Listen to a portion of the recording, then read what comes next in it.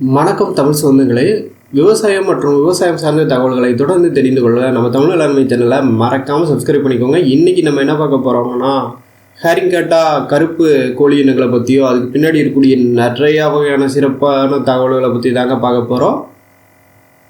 இந்த இனங்கள் ஒரு கருப்பு நிற கோழி இனங்களில் ஒரு முக்கியமான வகைன்னு கூட சொல்லலாங்க. நம்ம இந்தியாவில் அங்கீகரிக்கப்பட்ட நாட்டுக்கோழி இனங்களில் ஒரு முக்கியமான இனங்கள்ங்க.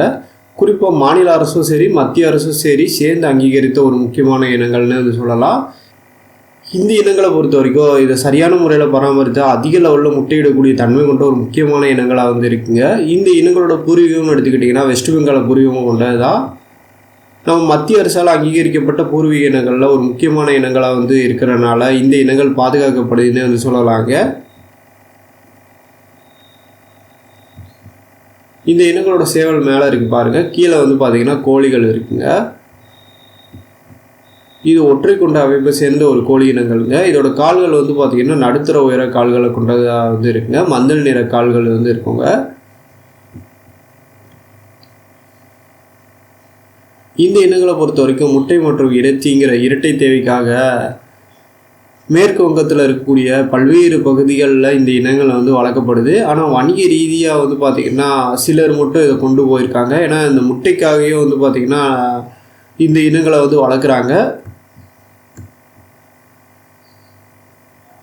இந்த இனங்கள் வருஷத்துக்கு எந்த லெவலுக்கு இறைச்சி தரும்னு பார்த்திங்கன்னா, சேவலோட எடை அதிகபட்சம் 1லேருந்து 1.5 கிலோ வரைக்கும் வெயிட் வராங்க. இதே கோழிகள் பார்த்திங்கன்னா 0.8 கிலோலேருந்து 1 கிலோ வரைக்கும் வெயிட் வராங்க.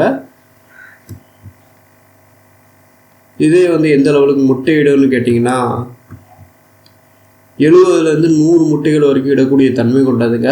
இதை விட கூட சில இடங்களில் முட்டையிட்ட சொல்லாங்க. நம்ம எந்த லெவலுக்கு பராமரிக்கிறோமோ அந்த லெவலுக்கு அதுக்கேற்ற மாதிரி முட்டையிடக்கூடிய ஒரு தன்மை கொண்ட இனங்கள்ங்க.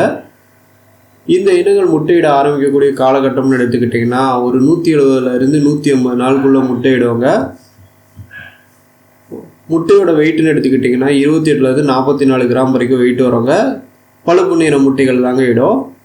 இந்த காணொலி வகையிலாக அந்த மேற்கு வங்கத்தோட பூர்வீக இனமான ஹரிங்கட்டா கருப்பு கோழி இனங்களை பற்றி அதுக்கு பின்னாடி இருக்கக்கூடிய நிறைய வகையான தகவல்களை பற்றி நீங்கள் தெரிஞ்சிருப்பீங்க. நம்பர் இது போன்ற வித்தியாசமான தகவல்கள் தொடர்ந்து தெரிஞ்சுக்கிறேன். நம்ம தமிழ் வேளாண்மை சேனலை மறக்காமல் சப்ஸ்கிரைப் பண்ணிக்கோங்க. நன்றி.